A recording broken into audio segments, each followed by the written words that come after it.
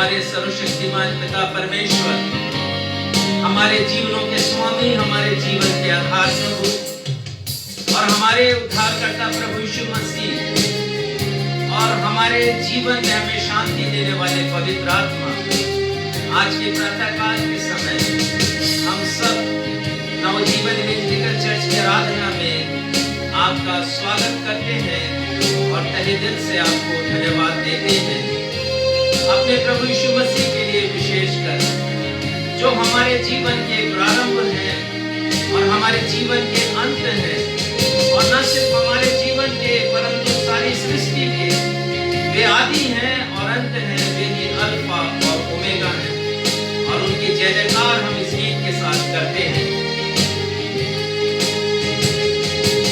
आदि और अंत तू ही है, अल्फा और ओमेगा तू ही है, आदि और अंत तू ही है, अल्फा और ओमेगा तू ही है। दूतों की स्तुति तू ही है, हाँ प्रभु यीशु मसीह, आप दूतों की स्तुति के योग्य प्रभु ही है, दूतों की स्तुति तू ही है, बुद्धि और सब ज्ञान तू ही है। यीशु तू महान है, यीशु तू अच्छा है, यीशु तू जिंदा है, यीशु तू धन्य है, कैसे यीशु तू महान है, यीशु तू अच्छा है, यीशु तू जिंदा है, यीशु तू धन्य है, दूतों की स्तुति तू ही है, बुद्धि और सब ज्ञान तू ही है, राजाओं का राजा तू ही है, प्रभुओं का प्रभु तू ही है। यीशु तू महान है, यीशु तू अच्छा है, यीशु तू सच्चा है, यीशु तू धन्य है।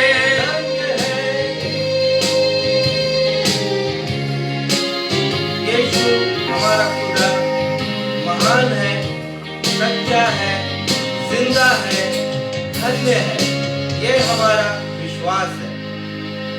नवजीवन इवेंजलिकल चर्च की 56वीं ऑनलाइन आराधना में मैं क्षितिज मसीह आप सबों को अपने उद्धारकर्ता प्रभु यीशु मसीह के अतुलनीय नाम में शालोम, जय यीशु, यीशु सहाय, जय मसीह की और प्रेज द लॉर्ड कहता हूँ। Praise the Lord।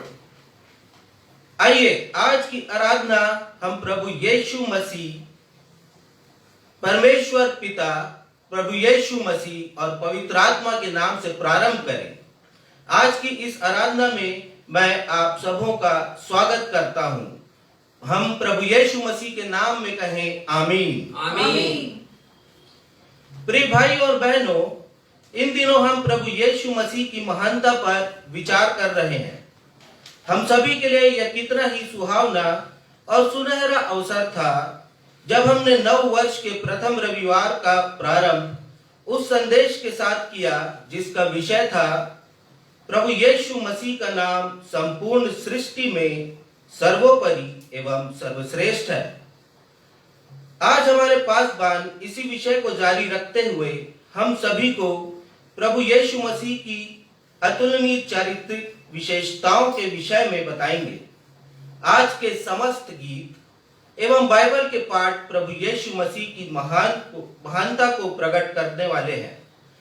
अतः आप सभी से निवेदन है कि आराधना के प्रारंभ से लेकर के आराधना के अंत तक आप हमारे साथ यूं ही बने रहें। प्रियो, गूगल के एक महत्वपूर्ण साइट विकिपीडिया ने जो स्वयं ज्ञान का स्वयं में ज्ञान का एक संपूर्ण भंडार है, एक सर्वे किया। यह सर्वे इस विषय पर किया कि संपूर्ण मानवीय इतिहास में कौन व्यक्ति सबसे अधिक महत्वपूर्ण है और प्रसिद्धि के उच्चतम शिखर पर है। यह सर्वे एल्गोरिदम पद्धति से लोगों के विचार जानकर किया गया। विकिपीडिया के सर्वे में पाया गया कि प्रभु यीशु मसीह ही सर्वाधिक लोकप्रिय और मानवीय इतिहास में सारे युग के सब मनुष्यों में सर्वोच्च शिखर पर है। इसलिए आइए हम सब प्रभु यीशु मसीह को दंडवत करें, उनकी प्रशंसा करें, उनकी जय जयकार करें। आइए हम सब मिलकर उनकी तारीफ और महिमा में एक गीत गाएं, जिसके शब्द हैं, देखूं तेरी महिमा, यही है मेरी आशा, रह पाऊं तेरे घर में, यही है मेरी अभिलाषा।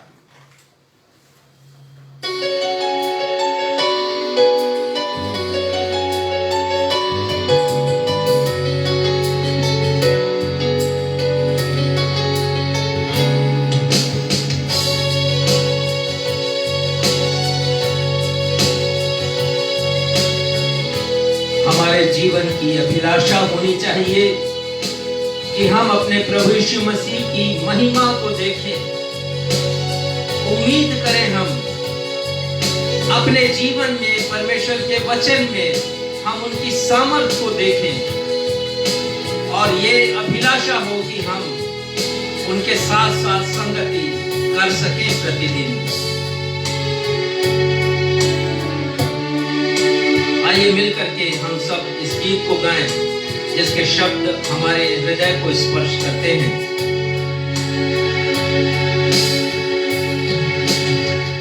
देखूं तेरी महिमा, यही है मेरी आशा,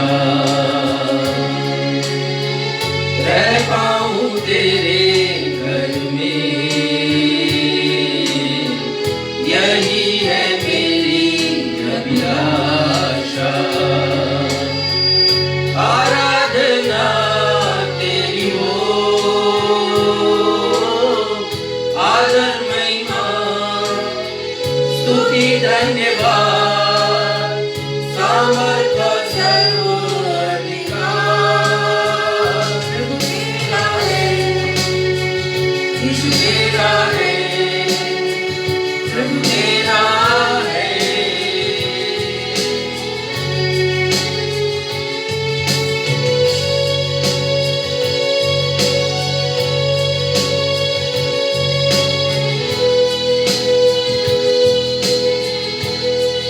और ये सही है कि हमारे पास शब्द नहीं है। इस गीत के लेखक हमसे यही कहते हैं, क्या मैं कहूँ शब्द नहीं है, क्योंकि आपका प्रेम, आपकी करुणा वर्णन से अपार है। और इच्छा यही है कि प्रभु मैं आपकी महिमा देखता रहूं, मेरे जीवन की यही अभिलाषा है।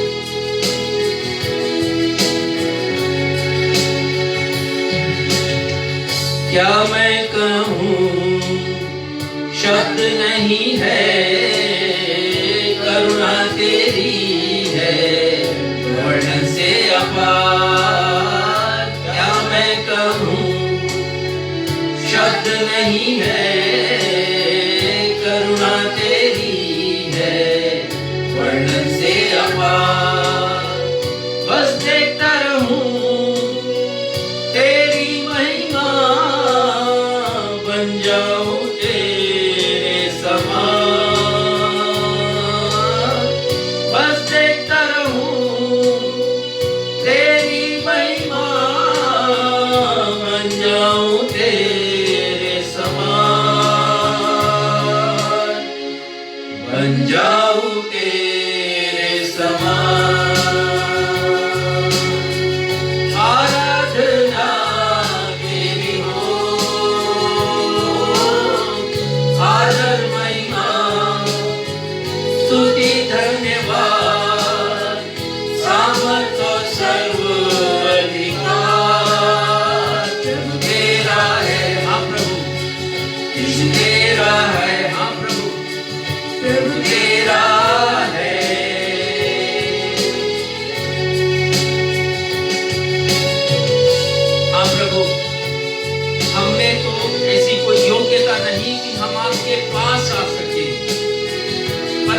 धन्यवाद देते हैं हमारे पिता परमेश्वर, आपने प्रभु यीशु मसीह को इस दुनिया में हमारे लिए भेजा कि वो हमारे लिए एक उपाय बने, जरिया बने कि हम आपके पास तक पहुंच सके उनके क्रूस पर किए गए बलिदान के द्वारा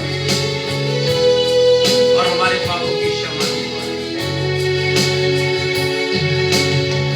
मैं योग्य नहीं आऊं तेरे पास, मुझको तू कर दे प्रभु साथ।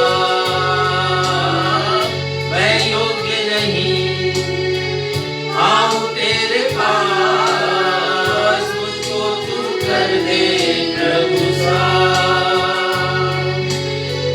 तेरे क्रूस के पावन लहू से धुल जाए मेरे सब पाप। तेरे क्रूस के पावन लहू से धुल जाए मेरे सब पाप, धुल जाए मेरे सब पाप। आराधना तेरी हो,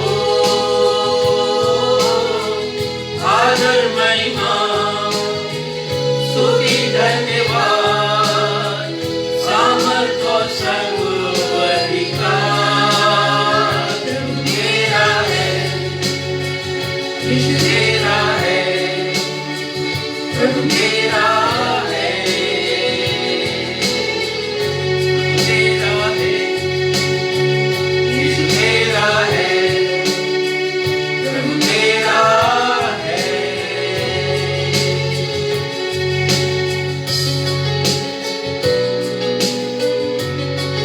अब ऐसी स्थिति में खड़े रहते हुए उत्तरवादी पाठ के लिए निकाल लेंगे भजन संहिता उसका 72वां अध्याय पद 1 से पद 19। भजन संहिता 72वां अध्याय पद 1 से पद 19 तक, और इसे हम उत्तरवादी की रीति से पढ़ लेंगे। हे परमेश्वर, राजा को अपना नियम बता, राजपुत्र को अपना धर्म सिखला। वह तेरी प्रजा का न्याय धर्म से और तेरे दीन लोगों का न्याय ठीक ठीक चुकाएगा। पहाड़ों और पहाड़ियों से प्रजा के लिए धर्म के द्वारा शांति मिला करेगी। वह प्रजा के दीन लोगों का न्याय करेगा और दरिद्र लोगों को बचाएगा और अंधेर करने वालों को दूर करेगा। जब तक सूर्य और चंद्रमा बने रहेंगे, तब तक लोग पीढ़ी पीढ़ी तेरा भय मानते रहेंगे। वह घास को कुटी पर बरसने वाली बेलें और भूमि सींचने वाली झाड़ियों के समान होगा। उसके दिनों में धर्मी फूले फलेंगे, और जब तक चंद्रमा बना रहेगा तब तक शांति बहुत रहेगी। वह समुद्र से समुद्र तक और महानद से पृथ्वी की छोर तक प्रभुता करेगा। उसके सामने जंगल के रहने वाले घुटने टेकेंगे और उसके शत्रु मिट्टी चाटेंगे। तर्शीश और द्वीप द्वीप के राजा भेंट ले आएंगे। शिवा और सबा दोनों के राजा उपहार पहुंचाएंगे। सब राजा उसको दंडवत करेंगे, जाति जाति के लोग उसके अधीन हो जाएंगे। क्योंकि वह दुहाई देने वाले दरिद्र का और दुखी और असहाय मनुष्य का उद्धार करेगा। वह कंगाल और दरिद्र पर तरस खाएगा और दरिद्रों के प्राणों को बचाएगा। वह उनके प्राणों को अंधेर और उपद्रव से छुड़ाएगा और उनका लहू उसकी दृष्टि में अनमोल ठहरेगा। वह जीवित रहेगा और शेबा के सोने में से उसको दिया जाएगा। लोग उसके लिए नित्य प्रार्थना करेंगे और दिन भर उसको धन्य कहते रहेंगे। देश में पहाड़ों की चोटियों पर बहुत सा अन्न होगा, जिसकी बालें लबानोन के देवदारों के समान झूमेंगी और नगर के लोग घास के समान लहलहाएंगे। उसका नाम सदा सर्वदा बना रहेगा, जब तक सूर्य बना रहेगा तब तक उसका नाम नित्य नया होता रहेगा, और लोग अपने को उसके कारण धन्य गिनेंगे। सारी जातियां उसको धन्य कहेंगी। धन्य है यहोवा परमेश्वर, जो इस्राएल का परमेश्वर है। आश्चर्य कर्म केवल वही करता है। 19वें पद को हम सब साथ में पढ़ लेंगे। उसका महिमा युक्त नाम सर्वदा धन्य रहेगा, और सारी पृथ्वी उसकी महिमा से परिपूर्ण होगी। आमीन फिर आमीन। यह परमेश्वर पिता का जीवित वचन है। परमेश्वर पिता इसके पढ़े और सुने जाने पर बहुत आयत की आशीष हम में से हर एक को प्रदान करें।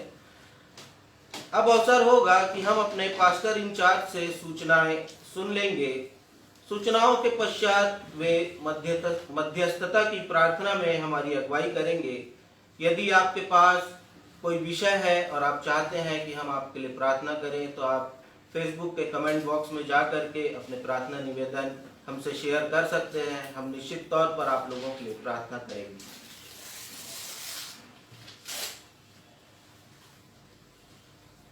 नवजीवन इवेंजलिकल चर्च की 56वीं ऑनलाइन आराधना में मैं आप सभी का स्वागत करता हूं। वे सभी लोग जो कलीसिया में हैं और साथ ही वे अन्य जो अपने अपने घरों में अपने मोबाइल के समक्ष हैं या टेलीविजन के सामने हैं और हमारी आराधना में शामिल हैं।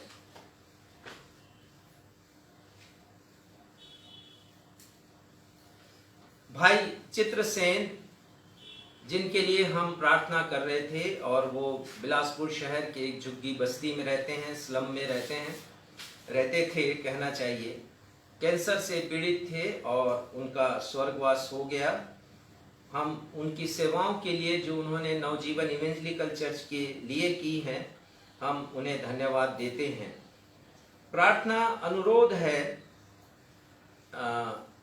इस प्रकार से, हम प्रार्थना करें एक छोटे बच्चे के लिए। नाम उसका प्रियांशु है और ये 4 माह का बच्चा है, लेकिन उसका शारीरिक विकास रुक गया है क्योंकि उसे लीवर की समस्या है। उसका लीवर ठीक से काम नहीं कर रहा है और ठीक से काम नहीं करने के कारण उसे जो पौष्टिक तत्व मिलना चाहिए, जो शरीर के विकास के लिए, वृद्धि के लिए आवश्यक है, उसे मिल नहीं पा रहे हैं। और हम इसके लिए, इस बालक के लिए प्रार्थना कर रहे हैं। और आज भी हम प्रार्थना करते हैं कि परमेश्वर पिता इस बच्चे को चंगाई दें और इसके जीवन की रक्षा करें, और वे ऐसा कर सकते हैं। उसकी माँ की बड़ी चिंता है और उसकी दादी ने फोन करके मुझे बताया कि उसकी हालत ठीक नहीं है, और इसलिए हम सब मिलकर के उसकी चंगाई के लिए प्रार्थना करते हैं पिता परमेश्वर से। हम धन्यवाद देते हैं श्रीमती बेबी स्मिथ के लिए, जो शिक्षिका हैं और कैंसर से पीड़ित हैं, परंतु उन्हें चंगाई मिली है।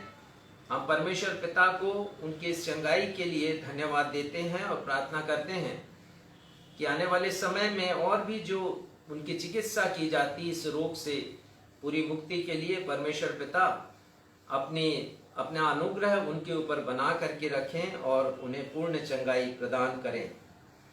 भाई राजेश प्रकाश मसीह पिछले कुछ समय से बीमार हैं और इस समय वो अस्पताल में भर्ती हैं, कमजोर हो गए हैं बीमारी के कारण, और उन्हें मल्टीपल प्रॉब्लम है।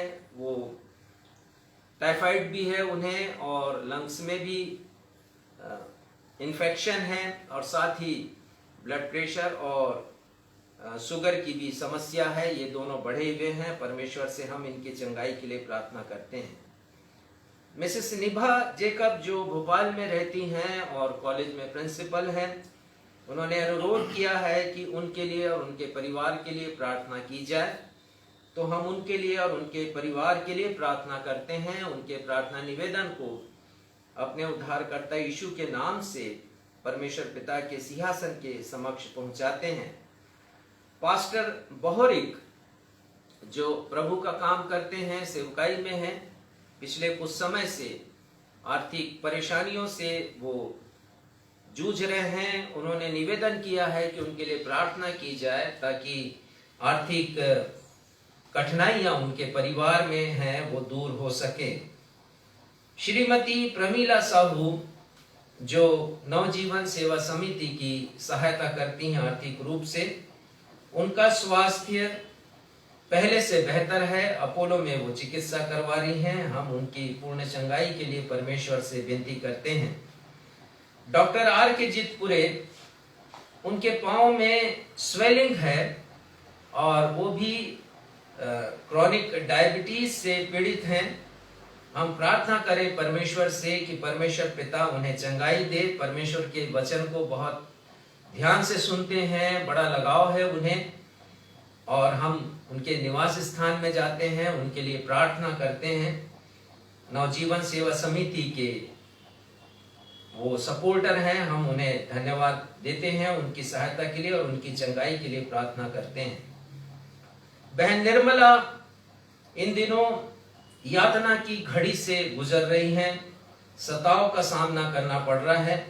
हम प्रार्थना करते हैं कि ऐसे समय में मसीह विश्वास के कारण जिस सताव से होकर के वो गुजर रही हैं, परमेश्वर उन्हें सामर्थ्य दे, उन्हें धैर्य दे और उनके जीवन में शांति बना करके रखे और मसीह गवाही उनके जीवन से इन दिनों निकलने पाए, ये हमारी प्रार्थना है। प्रार्थना करते हैं भाई मानसाय के लिए, जो कि शराब की लत से पीड़ित हैं और स्वयं छुटकारा चाहते हैं।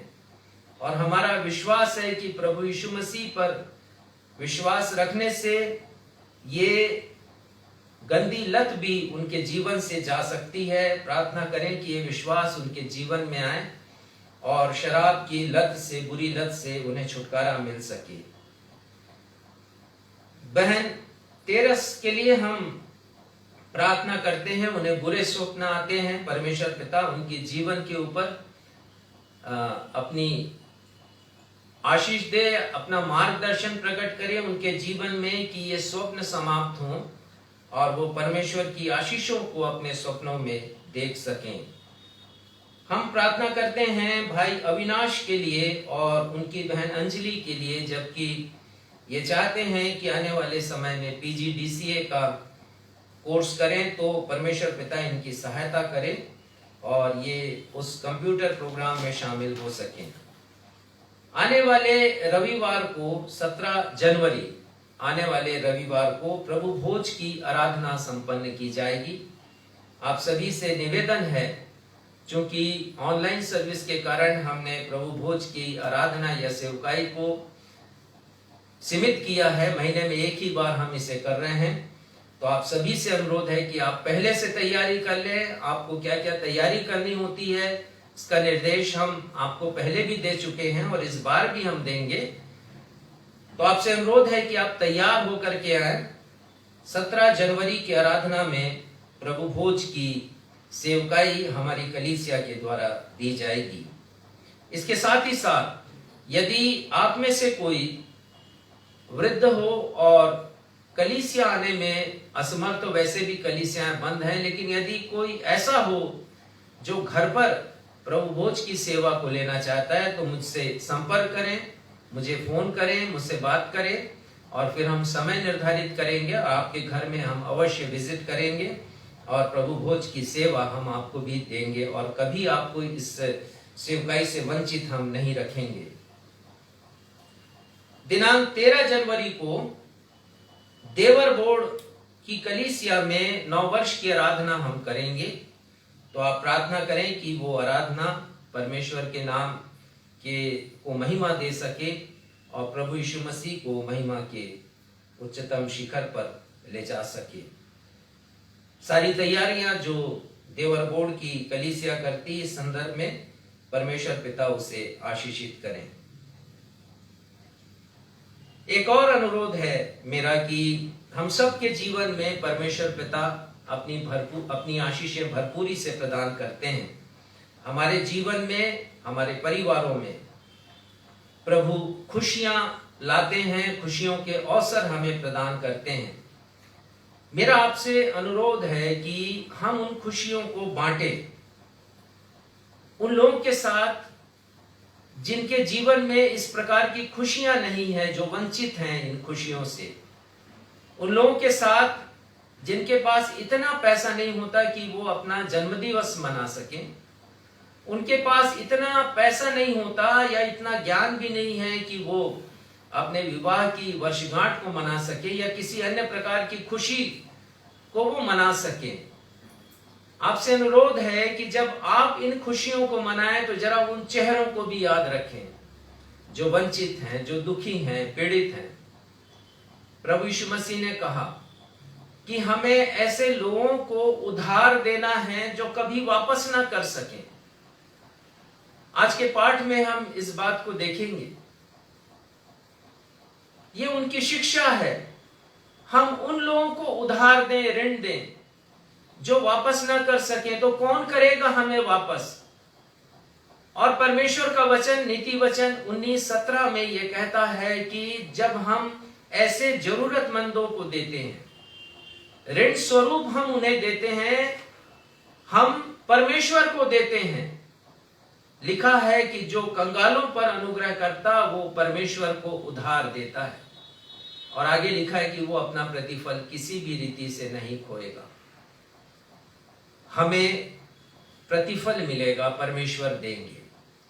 तो आप जब इन खुशियों को मनाएं, आप लाखों का घर बनाते हैं, बहुत इन्वेस्ट करते हैं, उसका थोड़ा सा हिस्सा, बहुत छोटा सा हिस्सा ऐसे लोगों के मध्य में आप उन खुशियों को बांट दीजिए, उसका थोड़ा सा हिस्सा दे करके। और नवजीवन इस काम को कर रहा है यहाँ के ऐसे लोगों के मध्य में जो कि पीड़ित हैं और अभाव में अपने जीवन को व्यतीत कर रहे हैं। हम आपकी खुशियों को उनके साथ बांटेंगे। तो यदि परमेश्वर आपकी सहायता करते हैं तो आप हमसे संपर्क कर सकते हैं परमेश्वर के वचन के अनुसार। बहुत बार हम इनकी सुधि नहीं ले पाते, लेकिन हम हैं नवजीवन के रूप में उनकी सुधि लेने के लिए आपकी जगह। प्रभु यीशु मसीह ने कहा है कि जब तू भोज करे तो अपने परिवार वालों को, अपने परिजनों को, मित्रों को नहीं बुलाना, क्योंकि वो तो तुम्हें बुला करके तुमको बदला चुका देंगे, लेकिन ऐसे लोगों को बुलाना जो तुम्हें कभी बदला नहीं दे सके, क्योंकि उनका बदला आपको परमेश्वर देगा। और यदि आप मेरे इस निवेदन को सुन रहे हैं और बिलासपुर शहर में हैं तो आप मुझसे संपर्क कर सकते हैं। और यदि आप बाहर हैं तो भी संपर्क करें, क्योंकि बहुत से हमारे साथी हैं, हमारे भेंटकर्ता हैं जो बाहर रहते हैं, लेकिन प्रति माह या बहुत बार हमें अपनी सहायता भेजा करते हैं। तो आप भी इस खुशी में शामिल हो सकते हैं और परमेश्वर को प्रसन्न कर सकते हैं। आइए हम प्रार्थना में जाएं। हे हमारे पिता, आज के इस प्रातः काल के समय ये कलीसिया अपने उद्धारकर्ता प्रभु यीशु मसीह के नाम में आपके सिंहासन के समक्ष हैं, इन सारे निवेदनों को लेकर। पिता, इन सारे विनतियों को हम आपके समक्ष रखते हैं। पिता, आपके बहुत से एट्रीब्यूट्स में, आपके बहुत से गुणों में एक गुण ये है कि आप अंतर्यामी परमेश्वर हैं। आप सब कुछ जानते हैं। आपके समक्ष हर चीजें बेपर्दा हैं। कुछ भी ऐसा नहीं जो ढका हो, कुछ भी ऐसा नहीं जो छिपा हो। आप सब कुछ जानते हैं। भूतकाल से लेकर के भविष्यकाल की हर एक बातें आपके सामने खुली किताब की तरह है प्रभु। और आप इन निवेदनों को भी अच्छी तरह समझते हैं, जानते हैं प्रभु। हमारी प्रार्थना है कि आप इनका उत्तर दें। जो जो नाम हमने पढ़े हैं प्रभु, विश्वास के साथ आपके समक्ष हम लेकर के आते हैं पिता परमेश्वर। आपका अनुग्रह चाहते हैं, आपकी दया की दृष्टि चाहते हैं इनमें से हर एक लोगों के ऊपर अपनी करुणा बरसाइए प्रभु, और उनकी विनतियों को सुनिए और उसका उत्तर दीजिए। धन्यवाद के साथ अपनी इस प्रार्थना को आपके बेटे हमारे मुक्तिदाता प्रभु यीशु मसीह के सामर्थी नाम से मांगते हैं। सुनिए और ग्रहण कीजिए। हम सब कहें आमीन। आमीन। जय मसीह।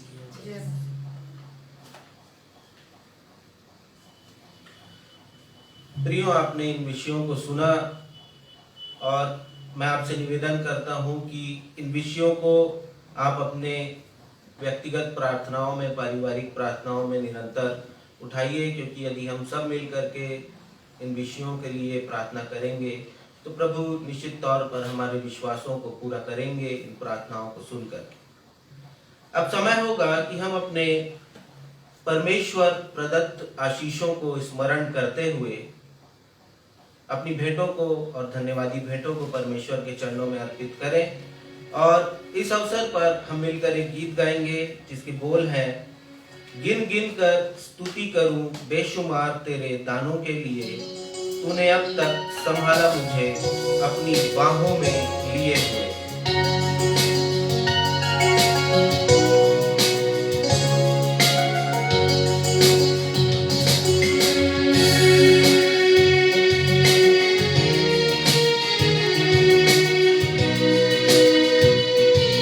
परमेश्वर की आशीषें हमारे जीवन में बेशुमार हैं और यदि हम उन्हें गिने तो शायद गिन भी नहीं पाएंगे।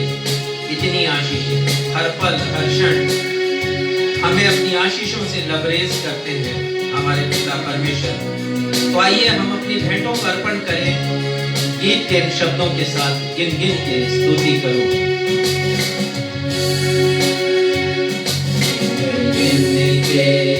स्तुति करो बेशुमार तेरे दानों के लिए, तूने अब तक संभाला मुझे अपनी बाहों में लिए हुए, तूने अब तक संभाला मुझे अपनी बाहों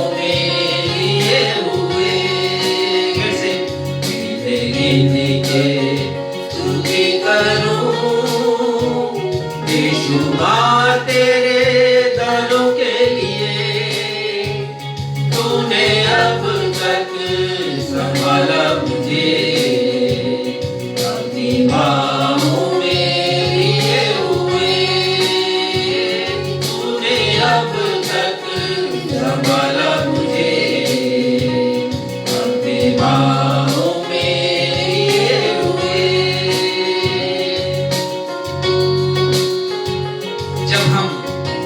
परमेश्वर पिता की सुरक्षा में होते हैं, जब संगति में होते हैं तो परमेश्वर पिता हमारी रक्षा करते हैं हमारे शत्रु से। वो हमारी रक्षा करते हैं अपने आंखों की पुतली के समान और हर पल हमें अपने आगोश में रखते हैं। ऐसे पिता परमेश्वर की हम महिमा करते हैं। तेरे शत्रु का निशाना तुझ पर होगा ना सफल, तेरे शत्रु का निशाना तुझ पर होगा ना सफल। आगों की पुतली जैसे वो रखेगा तुझे हर पल, आगों की पुतली जैसे वो रखेगा तुझे हर पल।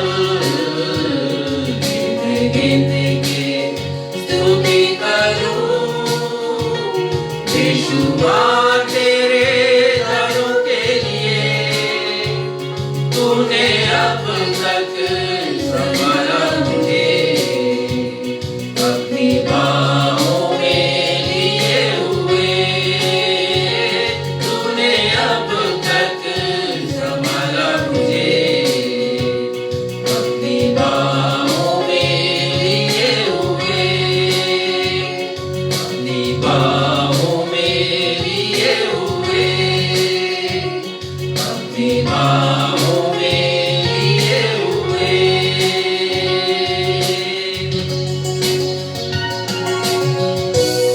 इन भेंटों के लिए धन्यवाद की प्रार्थना रेवरेंड राजेश मसीह करेंगे।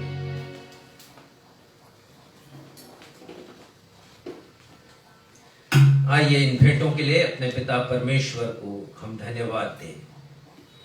पिता, यदि हम आपकी आशीषों को जो हम पर बरसती हैं वर्षा की बूंदों के समान, हम गिन नहीं सकते हैं, बेशुमार आपकी आशीषें हैं। पर जितना भी पिता हम दे सकते हैं वो मानवीय भाषा में शब्द है धन्यवाद का, शुक्रिया का, वो हम आपको देते हैं। विशेषकर पिता वर्ष 2020 में हम धन्यवाद देते हैं पिता आपकी सुरक्षा के लिए, हर एक सुरक्षा के लिए पिता जिसे आपने हम सभी को प्रदान किया है। अपनी आंखों की पुतली के समान प्रतिपल हमें शैतान से बचाया है पिता। जब कभी हम आपकी राह से अलग हुए, आपने हमें आवाज दी है, हमें पुकारा है पिता, कहा है मार्ग यही है, इसी के ऊपर चलो। प्रभु यीशु मसीह ही मार्ग है पिता, प्रभु यीशु मसीह हमको हमें दिया है प्रभु। हम धन्यवाद देते हैं हमारे स्वामी, हर एक उस ऊर्जा के लिए जिसे प्रति सुबह हमारे शरीर में आप भर देते हैं, हर एक उस सांस के लिए जिसे हम लेते हैं, हृदय की हर एक धड़कनों के लिए पिता। संत पौलुस कहते हैं कि जीवन और श्वास के देने वाले पिता परमेश्वर आप ही हैं, और इसलिए हम आपको नमन करते हैं प्रभु। इन भेंटों के लिए धन्यवाद देते हैं, क्योंकि ये भेंटों का स्रोत आप हैं। जो कुछ इस पृथ्वी पर है, जो कुछ मेरा है, वो आपका है प्रभु। हमने एक अंश उसका दिया है, उस ऊर्जा के कारण जो आपने हमें दी है, जिससे हमने इस पृथ्वी पर कुछ अर्जित किया है। जो कुछ अर्जित किया उसका थोड़ा सा अंश हमने आपको दिया है प्रभु। हम आपकी महिमा करते हैं,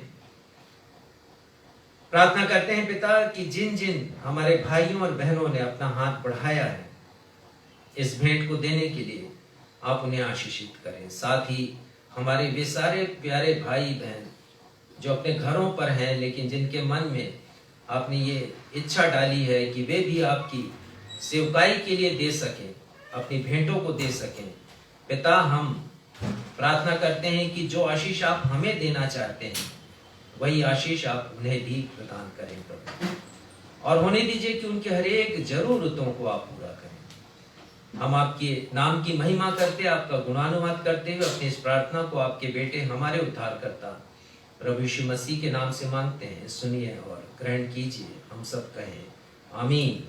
आमीन।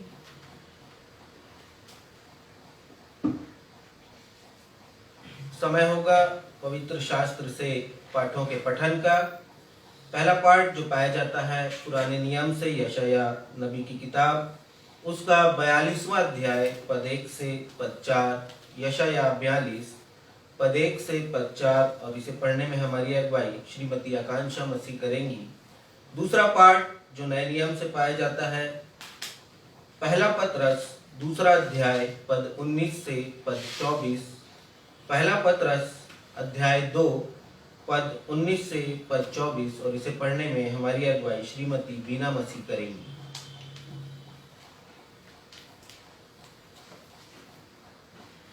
सबों को जय मसीह की। जय मसीह। मैं आप लोगों के सामने पढ़ लूंगी यशाया 42 उसके वर्स 1 to 4। मेरे दास को देखो जिसे मैं संभाले हूँ, मेरे चुने हुए को जिससे मेरा जी प्रसन्न है। मैंने उस पर अपना आत्मा रखा है, वह जाति जाति के लिए न्याय प्रकट करेगा।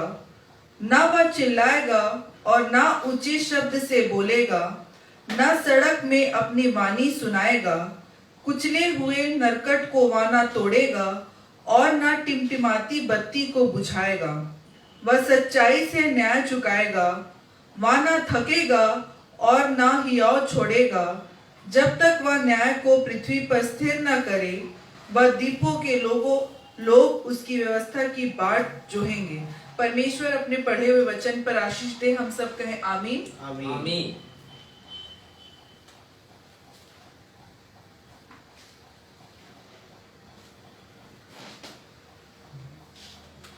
आप सबों को प्रभु यीशु मसीह के मधुर नाम में जय मसीह की। जय मसीह। जय मसीह।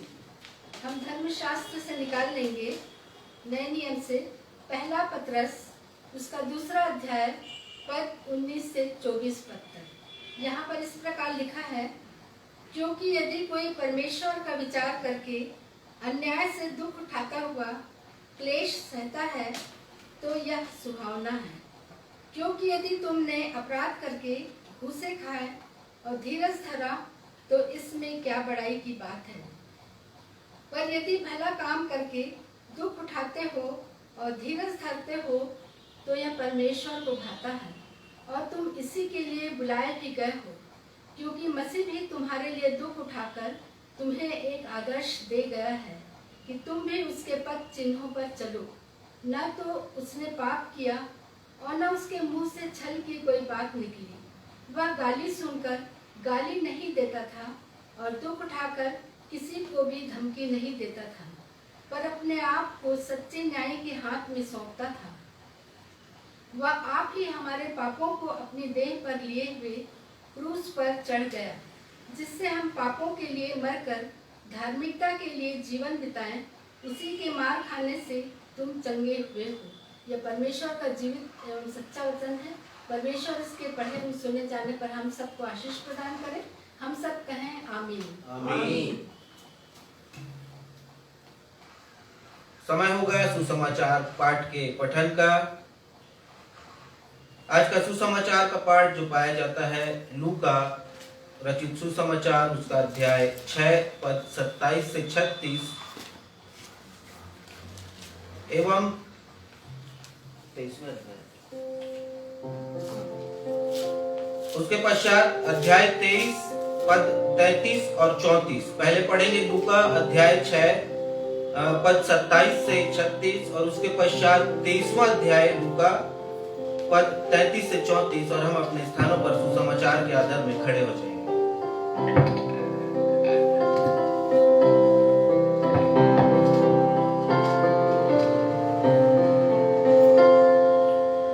वचननु वचननु मंगल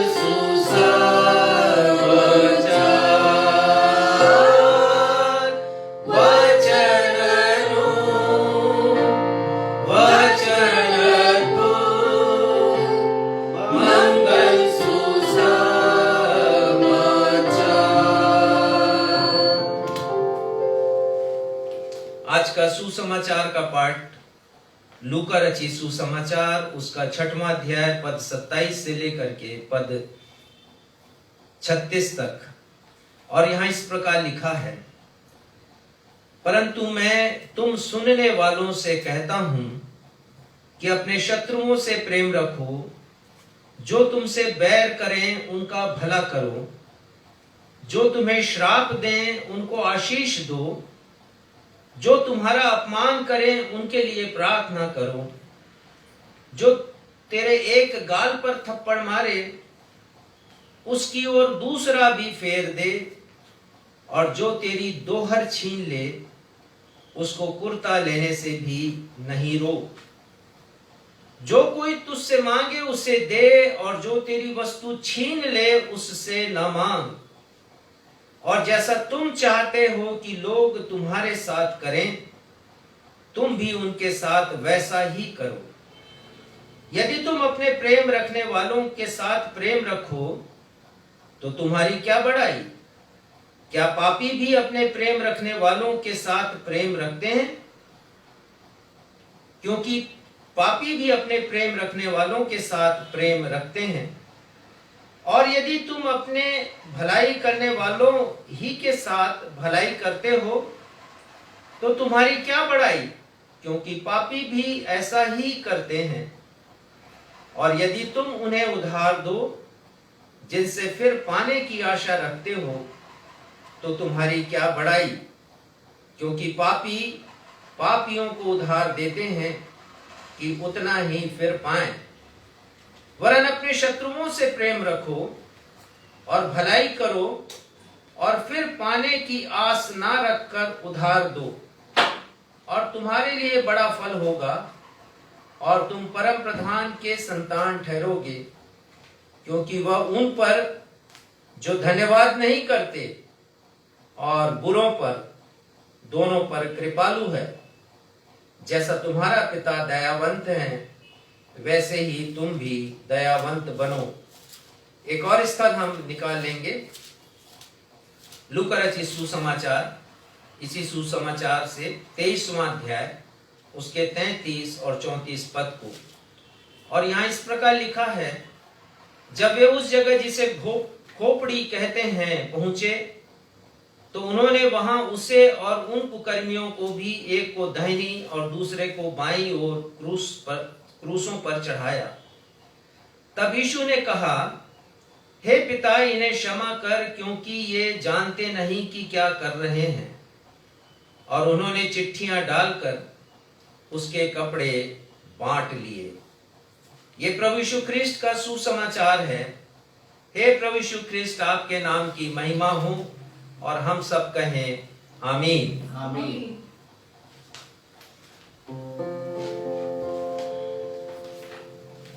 कृपया स्थान ग्रहण कीजिए।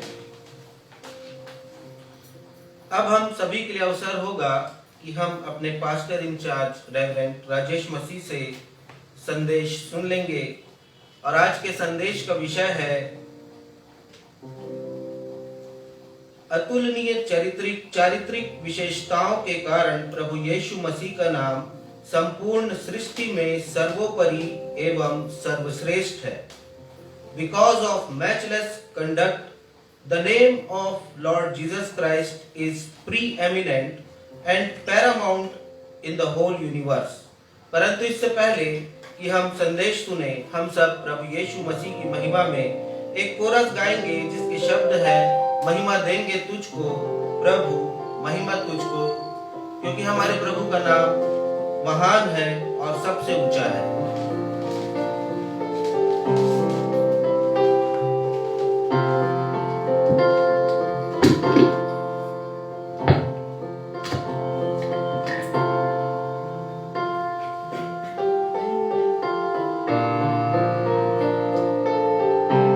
थैंक यू पिता परमेश्वर, धन्यवाद यीशु, हम आपको महिमा देते हैं प्रभु। आज के इस दिन में पिता, हम अपने हृदय की गहराइयों से आपकी प्रशंसा करते हैं, आपकी स्तुति करते हैं, जय जयकार करते हैं। आज के सारे गीतों के द्वारा हमने आपको महिमा दी है, और ये शब्द भी पिता आपको समर्पित है। महिमा देंगे तुझको प्रभु, महिमा देंगे तुझको प्रभु, महिमा तुझको प्रभु, तेरा नाम महान और सबसे ऊंचा है। तेरा नाम महान और सबसे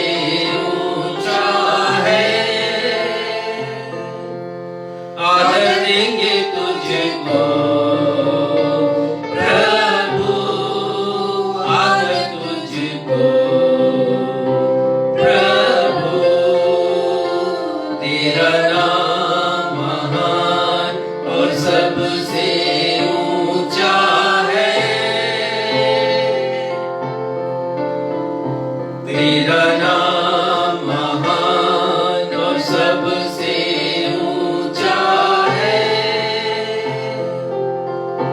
यीशु तुझको कहते प्रभु, यीशु तुझको प्रभु, तेरा नाम महान और सबसे ऊंचा है। तेरा नाम महान और सबसे ऊंचा है। तेरा नाम महान और सबसे ऊंचा है।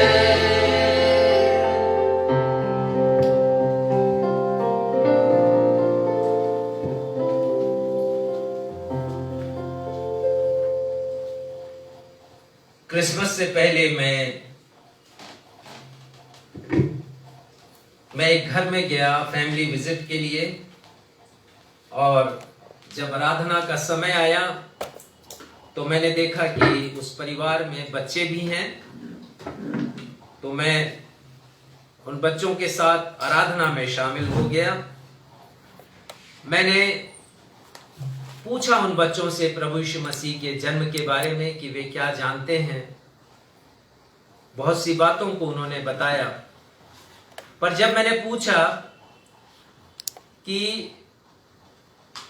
प्रभु यीशु मसीह के पास जब ज्योतिषी आए तो उन्होंने क्या क्या भेंटें प्रभु यीशु मसीह को चढ़ाई,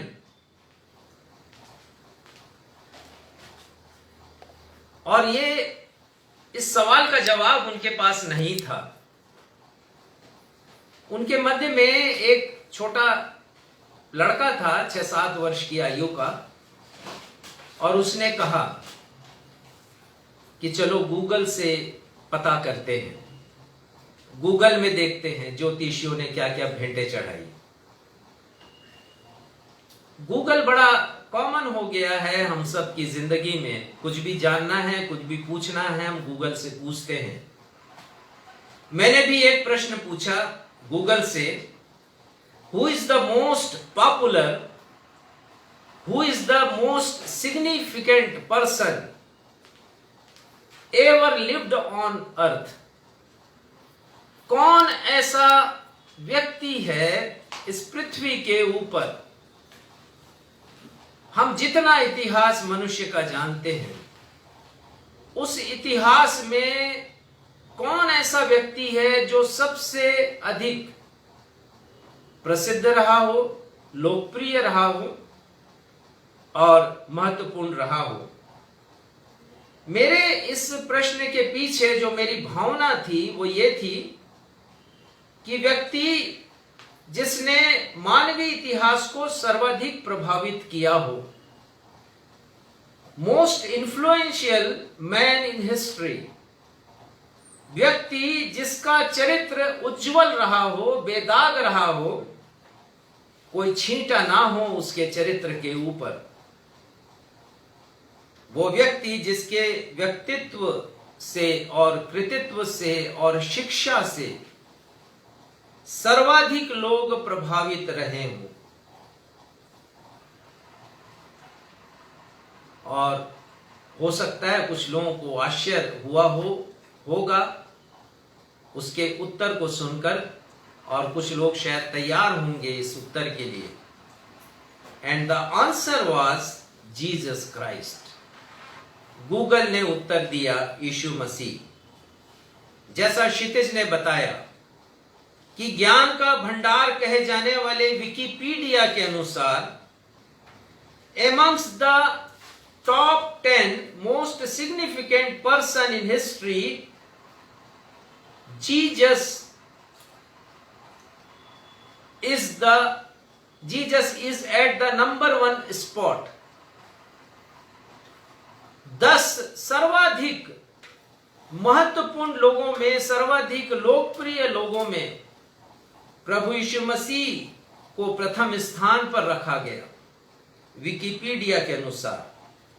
इतिहास के 10 सर्वाधिक महत्वपूर्ण व्यक्तियों में हमारे प्रभु यीशु मसीह का स्थान प्रथम, सर्वोच्च स्थान। प्रभु यीशु मसीह का नाम मानवीय इतिहास में मोस्ट सिग्निफिकेंट है, सबसे अधिक महत्वपूर्ण, मोस्ट प्रोमिनेंट है, सबसे अधिक विशिष्ट और मोस्ट रिनाउंड है, सबसे अधिक प्रख्यात।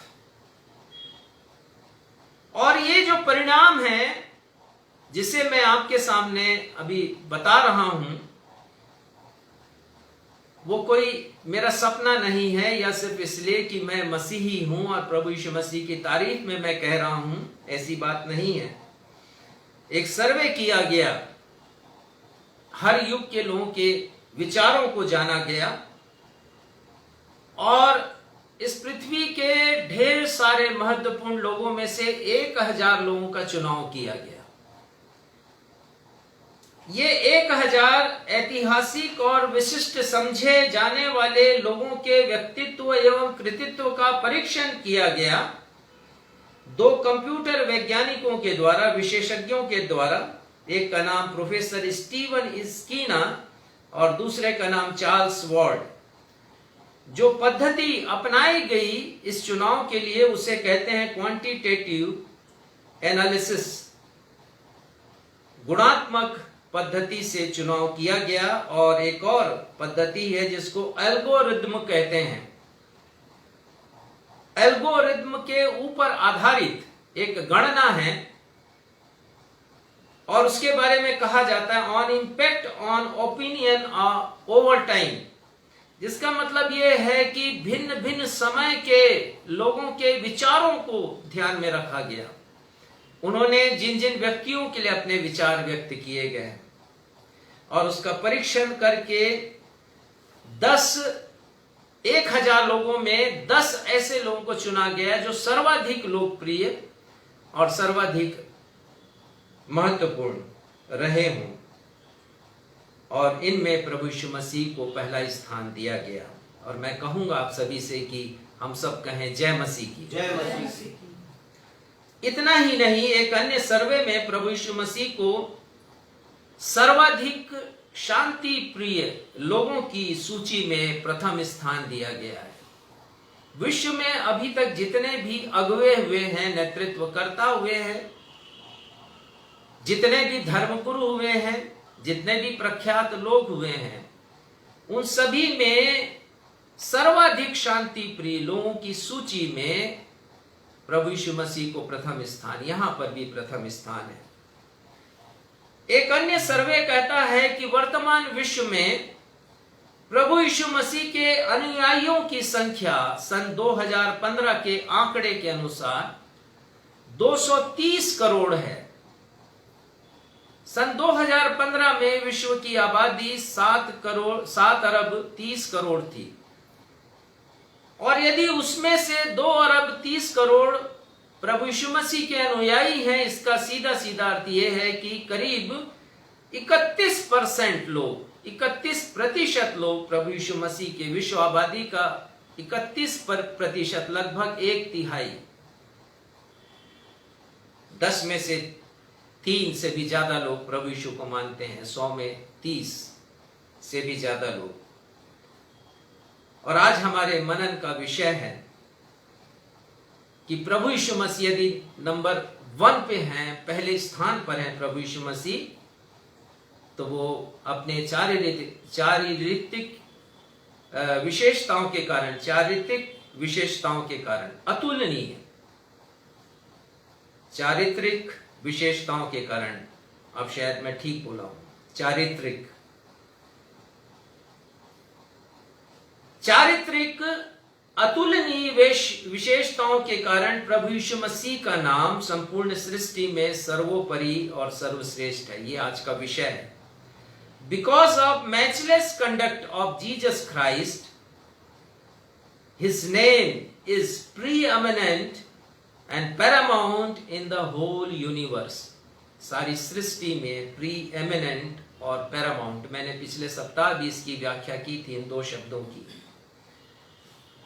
पिछले रविवार हमने देखा था प्रभु यीशु मसीह का नाम संपूर्ण सृष्टि में सर्वोपरि और सर्वश्रेष्ठ है, यह हमने देखा था। और उनके 7 नामों की व्याख्या मैंने की थी और 7 नामों के अर्थ को हमने जाना था, प्रभु यीशु मसीह के गुणों को हमने जाना था उन नामों के आधार पर। और हमने देखा था कि प्रभु यीशु मसीह का जैसा नाम है तथा उनका वैसा ही गुण भी प्रभु यीशु मसीह ने प्रदर्शित किया, यथा नाम तथा गुण। इस विषय पर प्रचार नहीं किया जाता आमतौर से प्रभु यीशु मसीह की चारित्रिक विशेषताओं के ऊपर, चरित्र के ऊपर। प्रभु यीशु मसीह की चरित्र नंबर 1 पे है, तो क्यों है वो? आखिर क्या खासियत उनके चरित्र में, उनके कंडक्ट में क्या खासियत है? और इसीलिए हमारी कलीसिया ने सोचा कि क्यों ना 2021 का प्रारंभ हम प्रभु यीशु मसीह को महिमा दे करके करें, उनकी स्तुति करें, इस वर्ष के प्रारंभ से ही हम उनका गुणानुवाद करें, उनका जय जयकार करें। इसीलिए 2021 के प्रथम रविवार में हमने सीखा था प्रभु यीशु मसीह के नाम के विषय में, जो प्रभु यीशु मसीह को श्रेष्ठता प्रदान करते हैं। और आज हम देखेंगे कि प्रभु यीशु मसीह के चरित्र की विशेषताएं क्या क्या थी। चारित्रिक विशेषताएं, matchless conduct of Jesus Christ. और यह आपके लिए बड़ा आवश्यक है जानना, क्योंकि यदि कोई गैर मसीही प्रभु यीशु मसीह की श्रेष्ठता के बारे में आपसे प्रश्न करे तो आप क्या कहेंगे? क्या कहेंगे आप प्रभु यीशु मसीह के कंडक्ट के बारे में? क्या कहेंगे प्रभु यीशु मसीह के बिहेवियर के बारे में? क्या कहेंगे आप प्रभु यीशु मसीह के टेम्परामेंट के बारे में? क्या जवाब होगा आपके पास प्रभु यीशु मसीह के आचरण के विषय में, व्यवहार के विषय में, या उनके मिजाज के विषय में? क्या कहेंगे आप क्यों अनुसरण कर रहे हैं प्रभु यीशु मसीह का? कोई है जवाब आपके पास इसके बारे में? लेकिन यदि आप प्रभु यीशु मसीह को जानते हैं, प्रभु यीशु मसीह की व्यक्तिगत पहचान है आपकी जिंदगी में, तो आप कहेंगे प्रभु यीशु मसीह के कंडक्ट के बारे में, उनके आचरण के बारे में, उनके व्यवहार के बारे में, उनके स्वभाव के बारे में, उनके मिजाज के बारे में आप अवश्य कहेंगे। और आप कहेंगे कि ही इज एक्स्ट्राऑर्डिनरी। प्रभु यीशु मसीह असाधारण है, प्रभु यीशु मसीह मैचलेस हैं, वो अतुलनीय है, वो बेजोड़ हैं, वो बेमिसाल है, वो अप्रतिम है। प्रभु यीशु मसीह आउटस्टैंडिंग है। क्षमा करेंगे, प्रभु यीशु मसीह आउटस्टैंडिंग है, अपेक्षा से बढ़कर श्रेष्ठ है। वो प्रभु यीशु मसीह एक्सक्लूसिव है, वो एकमात्र है, वो एकमात्र ऐसा सितारा है जैसे भोर का सितारा है, लाखों में वो प्यारा मित्र है हमारा। वो एक ही है, वो यीशु है, और वो यूनिक है, वो अनूठा है, वो निराला है। और इसीलिए मैं मानता हूं कि विकिपीडिया का सर्वे सत्य है। Jesus is on the top. प्रभु यीशु मसीह उच्च शिखर पर है, and he must be on the top, और उन्हें उच्च शिखर पर होना ही चाहिए। Jesus is hero. वो मेरी जिंदगी के नायक हैं, और वो आपकी जिंदगी के भी नायक उन्हें होना ही चाहिए। लेकिन प्रभु यीशु मसीह की लोकप्रियता को कम करने के लिए, प्रभु यीशु मसीह इतने लोकप्रिय हुए हैं, कारण क्यों के विषय में हम बाद में जाएंगे। क्यों लोकप्रिय हैं? मेरे कहने भर से नहीं हो जाता कि प्रभु यीशु मसीह मैचलेस हैं, प्रभु यीशु मसीह एक्स्ट्राऑर्डिनरी है। मैं कह दूं, कुछ भी कह दूं, लेकिन कहने का एक आधार होना चाहिए, जिसके विषय आज हम चर्चा करेंगे।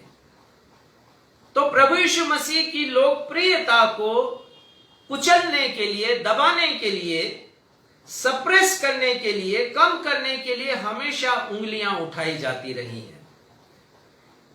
ऐसा नहीं कि प्रभु यीशु मसीह के पश्चात, इस धरती को छोड़ने के पश्चात उनके ऊपर उंगलियां उठाई गई हों उनकी अनुपस्थिति में, पर वो जीवित थे तब भी उनकी बड़ी आलोचना की गई।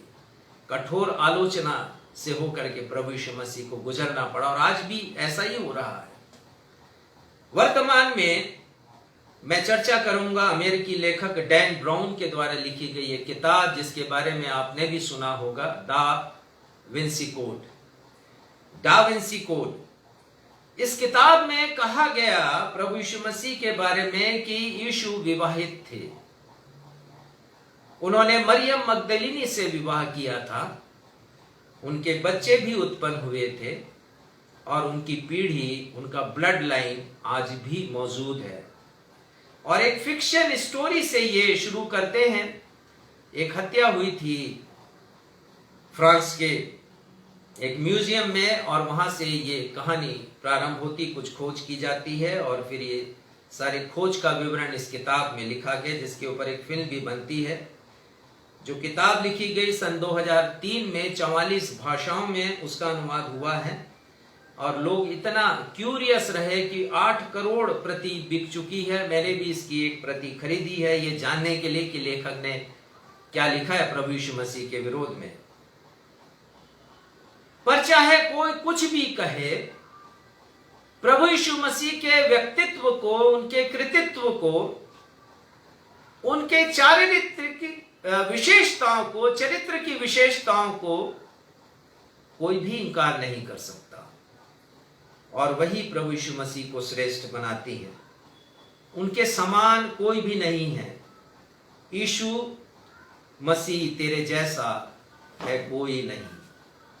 हम इस कोरस को गाते हैं और अभी भी हम गाएंगे। हम खड़े हो जाएं अपनी जगह पर, प्रभु यीशु मसीह की महिमा में हम मिलकर के इस कोरस को गाएंगे। यीशु मसीह तेरे जैसा है कोई नहीं।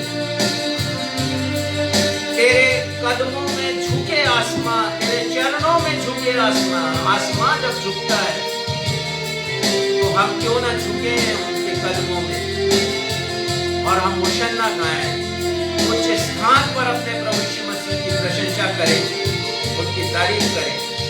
आइए इस कोरस को हम सब गाएं, क्योंकि यीशु मसीह के तुल्य कोई भी नहीं है। यीशु मसीह तेरे जैसा है कोई नहीं। तेरे कदमों में झुके आसमां और महिमा गाए ज़मीन। यीशु मसीह तेरे जैसा है कोई नहीं। तेरे कदमों में झुके आसमां और महिमा गाए ज़मीन। हम गाए होशन्ना, तू राजाओं का है राजा। तेरी महिमा होए सदा। तू है प्रभु हमारा खुदा। तू है प्रभु हमारा खुदा। तू है प्रभु हमारा खुदा। हाँ पिता परमेश्वर, हम अपने प्रभु यीशु मसीह के लिए होशन्ना पुकारते हैं। प्रभु होशन्ना के शब्द का उच्चारण करते हैं, उनकी प्रशंसा हो, उसे हमारी प्रशंसा ऊंचे स्थान पर बिठाए। हम उनकी तारीफ करते हैं पिता, उनका जय जयकार करते हैं, उनकी प्रशंसा करते हैं। हम कुछ बिंदुओं के ऊपर विचार करेंगे और ये जानेंगे कि आखिर वो क्या बातें हैं जो प्रभु यीशु मसीह को सर्वोच्चता प्रदान करती है। क्या विशेषता है प्रभु यीशु मसीह के जीवन में? ऐसी क्या विशेषता है कि हर युग के लोगों ने प्रभु यीशु मसीह के पश्चात उन्हें बहुत स्वीकार किया है, ग्रहण किया है और उनकी प्रशंसा की है और उनके फॉलोअर रहे, उनके अनुयायी रहे हैं। उनकी चारित्रिक विशेषताएं क्या क्या हैं, आज हम उसके ऊपर विचार करेंगे। पहला बिंदु जिसे मैं आपके समक्ष मनन के लिए रखना चाहता हूं वो ये है कि प्रभु यीशु मसीह ने तमाम उम्र पवित्रता का जीवन व्यतीत किया, बेदाग जीवन। उनका जीवन, उनका चरित्र बेदाग था, कोई धब्बा नहीं लगा उनके चरित्र के ऊपर।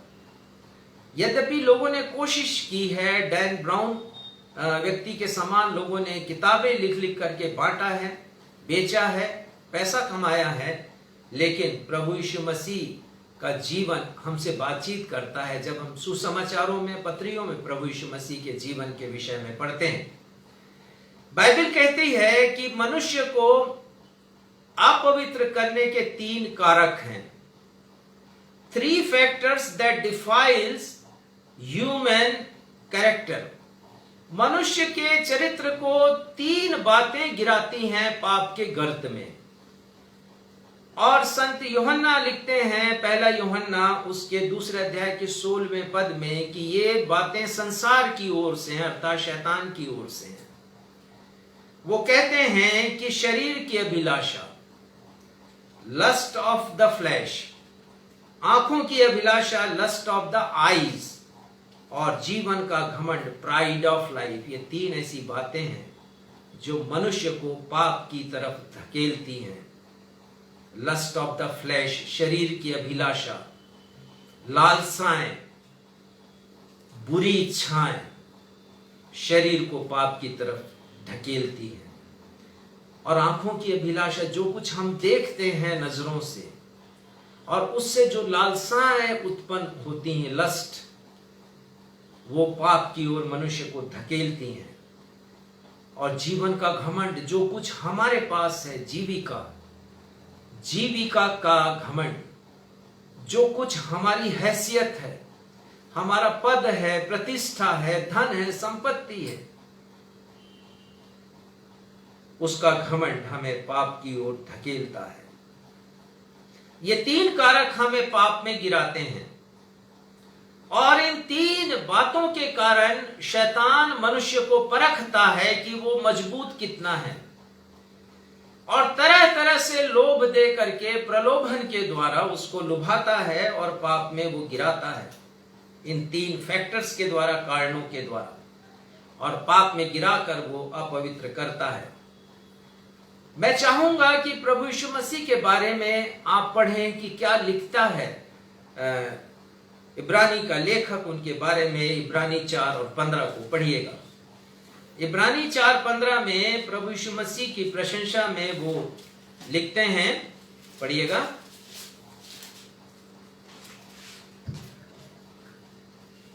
क्योंकि हमारा ऐसा महायाजक नहीं जो हमारी निर्बलताओं में हमारे साथ दुखी ना हो सके, वरन वह सब बातों में हमारे समान परखा तो गया। हाँ, इस पर ध्यान दीजिए। प्रभु यीशु मसीह सब बातों में, ये तीन फैक्टर्स जो मैंने आपको बताए हैं, इन सब बातों में जितनी प्रकार की लालसाएं होती हैं जो मनुष्य को पाप के गर्त में गिराती हैं, प्रभु यीशु मसीह उन सब बातों के द्वारा हमारे समान परखे गए।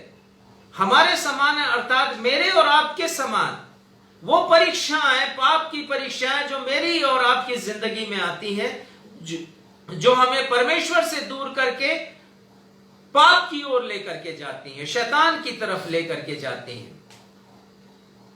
उन सभी बातों में परखे गए प्रभु यीशु मसीह। और आखिरी में क्या लिखा है? तो भी निष्पाप निकला। तो भी वो निष्पाप निकले हैं। तमाम उम्र उन्होंने पवित्रता का जीवन व्यतीत किया है। और ये बात प्रभु यीशु मसीह को उच्चतम शिखर पर पहुंचाती है। पवित्रता का जीवन, ऐसा चरित्र जो बेदाग रहा हो। और इब्रानी के लेखक लिखते हैं इस बात को कि प्रभु यीशु मसीह निष्पाप निकले हैं। परीक्षा में वो जरूर पड़े हैं, लेकिन परीक्षा में गिरे नहीं हैं। किसी ने कहा है कि परीक्षा में पढ़ना सभी मनुष्यों के लिए एक सामान्य बात है, लेकिन परीक्षा में गिरना पाप है, परमेश्वर के विरोध में जाना है। हम सबके जीवन में परीक्षाएं आती हैं, हम पढ़ते हैं उसमें, लेकिन हम कैसे निकलते हैं परीक्षाओं में पढ़कर? विजयी निकलते हैं या हम गिर जाते हैं, हार जाते हैं? प्रभु यीशु मसीह विजयी होकर के निकले। शैतान परखता है, प्रभु यीशु मसीह को परखा। यदि आप मत्ती 4 अध्याय पढ़ें, लूका 4 अध्याय, प्रारंभिक पदों को आप पढ़ेंगे तो आपको पता चलेगा कि शैतान ने प्रभु यीशु मसीह को परखा है। इब्लीस शब्द आया वहां पर, लिखा है कि उसने प्रभु यीशु मसीह को परखा। ये तीनों परीक्षाएं प्रभु यीशु मसीह की जिंदगी में आई। लूका 4:13 में लिखा है कि जब शैतान या जब परखने वाले ने सब परीक्षा कर ली, प्रभु यीशु मसीह की परीक्षा, 3 परीक्षा की है उसने। आंखों की अभिलाषा, शरीर की अभिलाषा और जीवन का घमंड से संबंधित ये 3 परीक्षाएं। तो लिखा है कि तब कुछ समय के लिए वह यीशु के पास से चला गया। इसका मतलब ये है कि शैतान ने बार बार यीशु मसीह की परीक्षा की है, लेकिन इब्रानी के लेखक लिखते हैं कि वो हमारे समान परखे गए, हर एक बात में परखे गए, लेकिन वो निष्पाप निकले हैं, निर्दोष निकले हैं प्रभु यीशु मसीह। 7 लोगों ने प्रभु यीशु मसीह को निर्दोष कहा, विशेषकर उस समय जब प्रभु यीशु मसीह के ऊपर बड़ा अभियोग लगाया गया कि ये अपने आप को यहूदियों का राजा कहता है, ये अपने आप को परमेश्वर कहता है, ये ईश निंदा की श्रेणी में है, ब्लास्फेमी है, और ये मृत्युदंड के योग्य है व्यवस्था के अनुसार। तो जब प्रभु यीशु मसीह के ऊपर मुकदमा चल रहा है, उसके समय या उसके पहले 7 लोगों ने प्रभु यीशु मसीह को निर्दोष माना है, पर 7 के बारे में हम नहीं देखेंगे, वो एक अलग विषय है। परंतु 2 व्यक्तियों का मैं वर्णन करना चाहूंगा। एक है पिलातुस, जो गवर्नर है और न्यायाधीश है। वो 3 बार वो कहते हैं कि इस व्यक्ति ने कोई भी ऐसा काम नहीं किया जिसकी सजा इन्हें दी जाए, मृत्युदंड की, क्रूस की सजा इन्हें दी जाए। इन्होंने कोई भी ऐसा काम नहीं किया। वो साफ साफ कहते हैं, उन्होंने कहा कि मैं इस व्यक्ति में कुछ भी दोष नहीं पाता। 1 बार नहीं, 2 बार नहीं, परंतु 3 बार उन्होंने कहा प्रभु यीशु मसीह के विषय में, निर्दोष माना उन्होंने प्रभु यीशु मसीह को। लेकिन जब उन्हें अपनी सत्ता हिलती हुई नजर आई यहूदियों के कारण, तो उन्होंने यीशु मसीह को क्रूस पर चढ़ाने की आज्ञा दी। दूसरा व्यक्ति है प्रभु यीशु मसीह का शिष्य यहूदा इस्करियोती, जिसने प्रभु यीशु मसीह को बेचा 30 चांदी के सिक्कों में, और वो पश्चाताप करता है जब यीशु मसीह को क्रूस की सजा होती है, और वो कहता है कि मैंने निर्दोष को घात के लिए पकड़वा कर पाप किया है। मत्ती 27 के 4 पद में वो भी मानता है। ये बड़ा अद्भुत है कि न्यायाधीश जो न्याय की गद्दी पर विराजमान है, वो अपराधी, जिसे अपराधी कहा गया, उसे कहता है कि इसने कोई अपराध नहीं किया। और वो व्यक्ति जिसने प्रभु यीशु मसीह को पकड़वा दिया है, बेच दिया है, वो कहता है कि मैंने निर्दोष को हत्या के लिए, घात के लिए पकड़वा कर पाप किया है।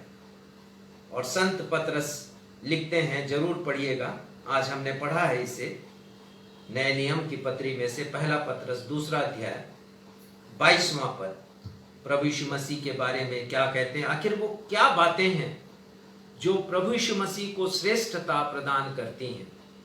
और हम देख रहे हैं कि प्रभु यीशु मसीह का उत्तम चरित्र, चारित्रिक विशेषताएं प्रभु यीशु मसीह की, पवित्रता का जीवन प्रभु यीशु मसीह का, बेदाग जीवन प्रभु यीशु मसीह का।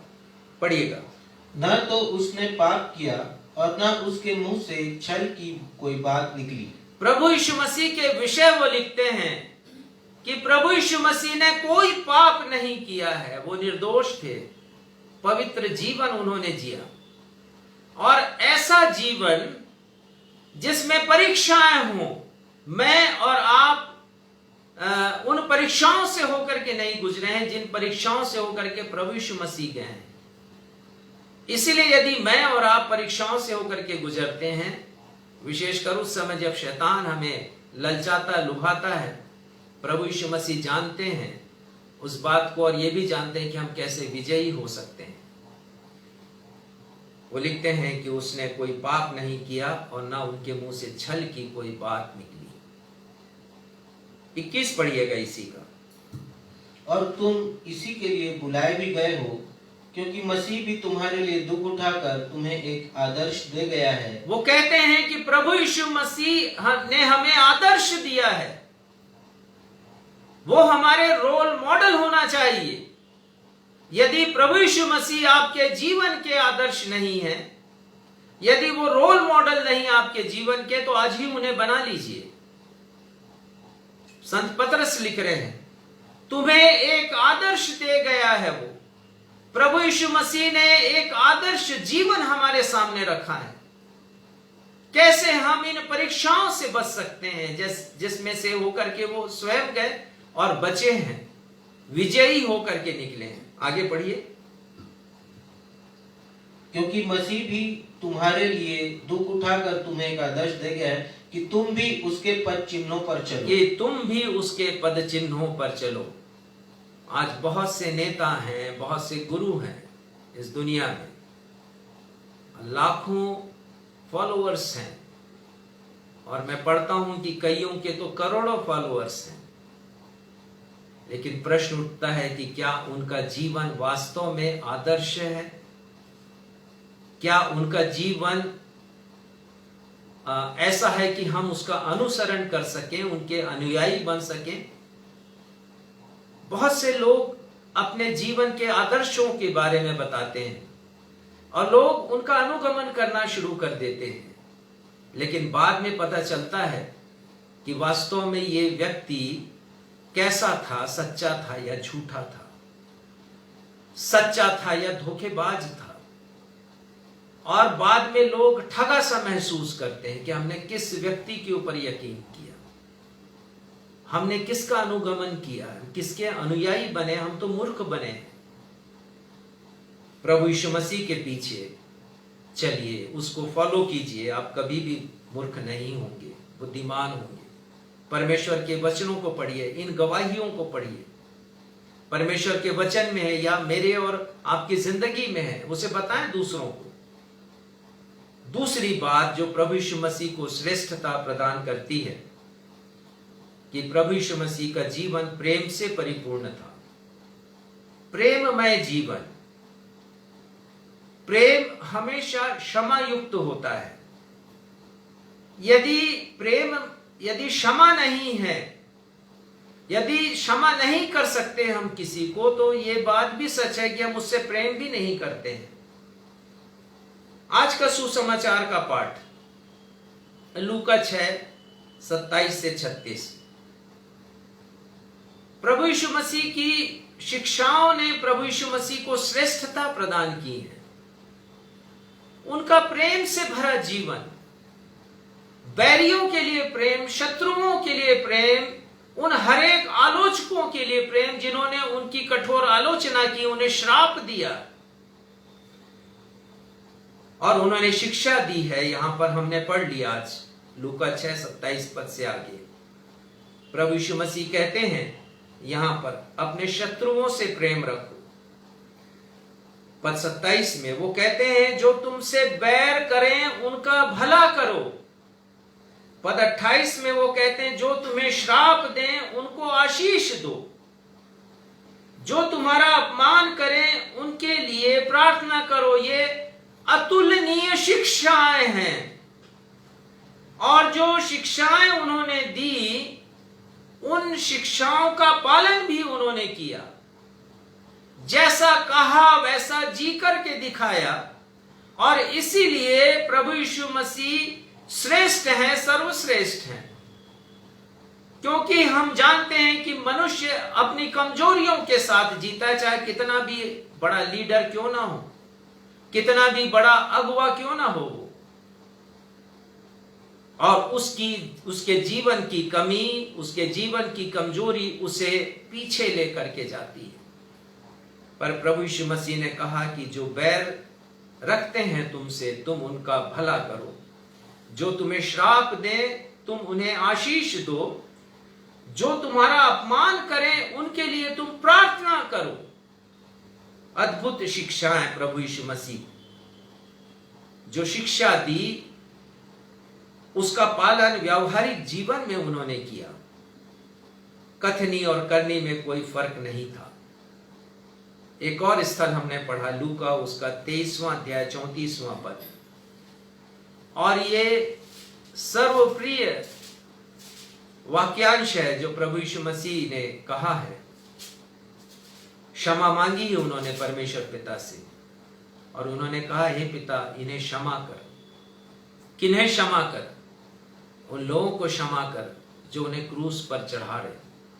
कहा जाता है कि जब कीलें ठोकी जा रही थी प्रभु यीशु मसीह के हाथ और पांव में, तब प्रभु यीशु मसीह ने इस बात को कहा था प्रार्थना के रूप में, हे पिता इन्हें क्षमा कर, क्योंकि ये नहीं जानते कि क्या कर रहे हैं। शत्रुओं के लिए प्रार्थना। जिन्होंने बैर रखा, प्रभु यीशु मसीह ने उनकी भलाई की। इस प्रार्थना के द्वारा परमेश्वर से क्षमा मांगा है उन्होंने उन लोगों के लिए, ताकि ये लोग, ऐसे लोग परमेश्वर के दंड से बच सके। शत्रुओं से कैसे प्रेम रखें और कैसे क्षमा की प्रार्थना करें, प्रभु यीशु मसीह ने करके इसे दिखा दिया। इसीलिए संत पौलुस लिखते हैं इफिसियों 3 उसके 17, 18, 19 पद में, वो लिखते हैं कि मसीह तुम्हारे हृदय में बसे। प्रभु यीशु मसीह हमारे हृदय में निवास करें। यदि सर्वश्रेष्ठ व्यक्ति मेरे हृदय में निवास नहीं करेगा तो और कौन करेगा? वो कहता है कि मसीह को अपने हृदय में बसा लो कि तुम प्रेम में जड़ पकड़कर, लिखते हैं कि भली भांति समझने की शक्ति पाओ। किस बात की शक्ति पाएं? वो कहते हैं कि प्रभु यीशु मसीह के प्रेम की चौड़ाई और लंबाई और ऊंचाई और गहराई क्या है, इस बात को हम समझें। उनका जीवन प्रेममय था। अद्भुत शिक्षाएं प्रभु यीशु मसीह की, और वो कहते हैं कि उसके प्रेम की चौड़ाई और लंबाई और ऊंचाई और गहराई को समझो और जानो मसीह के प्रेम को जो ज्ञान से परे है। तो ज्ञान से परे है तो उसे जानने की क्या आवश्यकता? उसे जानने की आवश्यकता है। इस दुनिया में बहुत सी बातें ज्ञान से परे होती हैं, लेकिन हम उनको जानते हैं। हम जानते हैं, देखकर जानते हैं, अनुभव से जानते हैं, सीखते हैं हम उसको। प्रभु यीशु का महान प्रेम, सब कुछ जानते हुए भी प्रभु यीशु मसीह ने यहूदा इस्करियोती को अपना शिष्य बनाया। सब कुछ जानते हुए। जहां जहां प्रभु यीशु मसीह के शिष्यों की सूची दी गई है, यहूदा इस्करियोती का नाम सबसे अंत में है, और लिखा है कि वही जिसने यीशु को पकड़वा दिया। प्रभु यीशु मसीह जानते थे उसके बारे में, पर उसे अवसर दिया कि अपनी जिंदगी को बना ले, सुधार ले। प्रभु यीशु मसीह ने अपना शिष्य बनाया। हम अपने विरोधियों को तो कांटा समझकर अपनी राह से अलग कर देते हैं। हम सोचते हैं यदि ये रहा तो हमारी प्रतिष्ठा कम हो जाएगी, इसका मान ऊंचा हो जाएगा, ये बढ़ जाएगा। हम अपने विरोधियों को कभी पास नहीं फटकने देते, चाहे वो राजनीतिक क्षेत्र हो, सामाजिक क्षेत्र हो, धार्मिक क्षेत्र हो। गिराना चाहते हैं हम उसको, लेकिन अद्भुत प्रभु यीशु मसीह, और इसीलिए वो सर्वोच्च शिखर पर है, यहूदा इस्करियोती को शिष्य बनाया। दिखा दिया कि कैसे शत्रुओं से हम प्यार करें, जो बुरा करें उनका भला कैसे करें, जो अपमानित करें हम कैसे उनके लिए प्रार्थना करें, सिखा दिया हमें। प्रभु यीशु मसीह को सर्वोच्च शिखर पर पहुंचाने वाले 2 बिंदुओं के ऊपर आज हमने विचार किया, और इस अध्ययन को आज मैं यहां विराम दे रहा हूं। 5 बातें और हैं इसके आगे, आने वाले रविवार हम उनका अध्ययन करेंगे। इसलिए मैं आपसे अनुरोध करता हूं कि आप इस अध्ययन को छोड़ें नहीं। आप जाने तो सही, यदि कोई आपका मित्र आपसे पूछ ले जो यीशु के विषय में नहीं जानता है, आप क्या कहेंगे उसके बारे में? और आज जो कुछ भी आपने पाया है, आपके ज्ञान के लिए बड़ा आवश्यक रहा है ये, क्या आप बता सकें प्रभु यीशु मसीह के उज्जवल चरित्र के बारे में, बेदाग चरित्र के बारे में, आप बता सकें उनके प्रेममय जीवन के बारे में। ऐसी बहुत सी बातें हैं, परंतु 5 बातें ही मैं आपको बता पाऊंगा जो प्रभु यीशु मसीह की श्रेष्ठता को प्रकट करेंगे, आप भी जानें। और जो नहीं जानते हैं, जो कम जानते हैं अपने ज्ञान को न सिर्फ बढ़ाएं परंतु मसीह को अपने हृदय में बसा भी ले, ये जान करके कि मसीह ही मेरा आदर्श है और मुझे उनके पद चिन्हों पर चलना चाहिए। बहुत से लोग चल तो रहे हैं पद चिन्ह पर, जान नहीं रहे कि विशेषताएं क्या है प्रभु यीशु मसीह की, और यदि जानते हैं तो शब्द नहीं है कि उसकी व्याख्या करें। और आप जब इस संदेश को सुनेंगे, पूरा सुनेंगे, तब आप इसकी व्याख्या भी कर सकेंगे लोगों के सामने, उन हर एक लोगों के सामने जो नहीं जानते हैं प्रभु यीशु मसीह की श्रेष्ठता को, जिनकी श्रेष्ठता को कुचलने का प्रयास किया गया। यदि कोई डैन ब्राउन की यदि कोई किताब पढ़ ले, दा विंसी कोड, तो वो तो प्रभु यीशु मसीह का विरोधी हो जाए।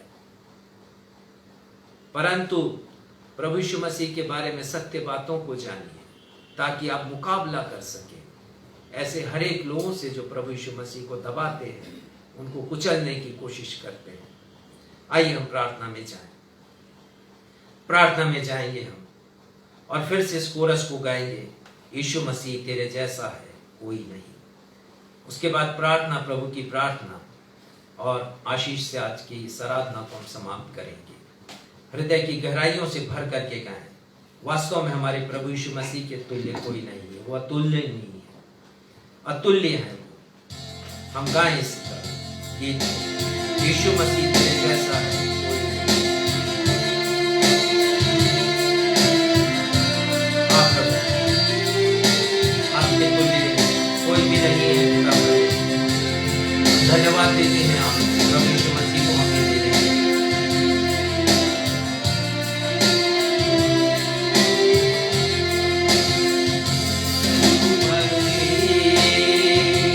तेरे जैसा है कोई नहीं, तेरे कदमों में झुके आसमां और महिमा गाए जमीन।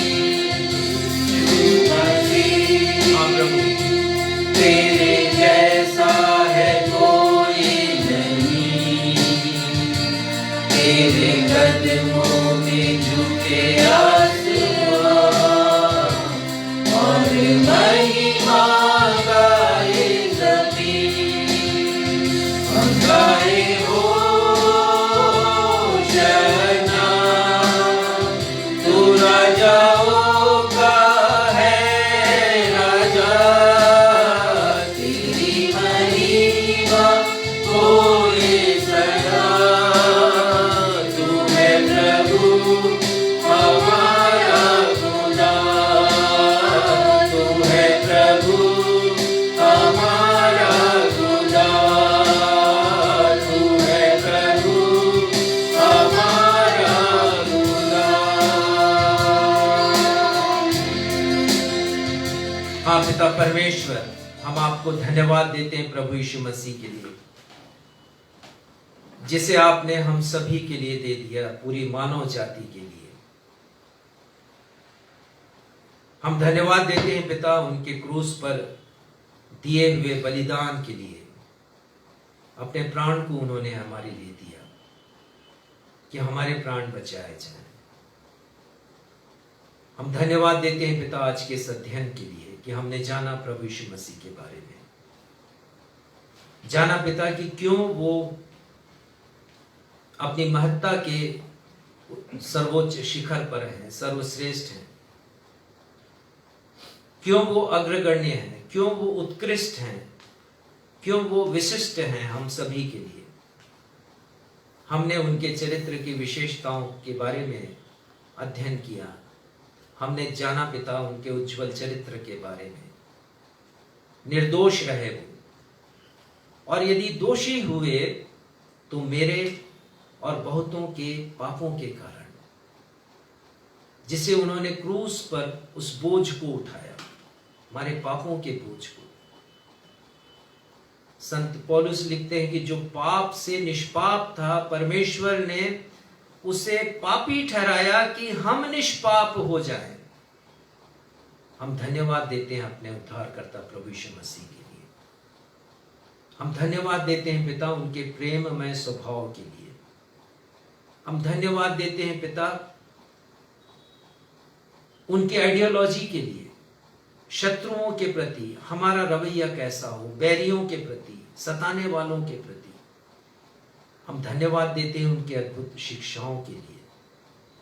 होने दीजिए पिता कि वे हमारे जीवन के आदर्श बने रहें, हम उनके पद चिन्हों पर चलें पिता, उनके अनुयायी हों, अनुसरण करने वाले, उनके फॉलोअर हों पिता।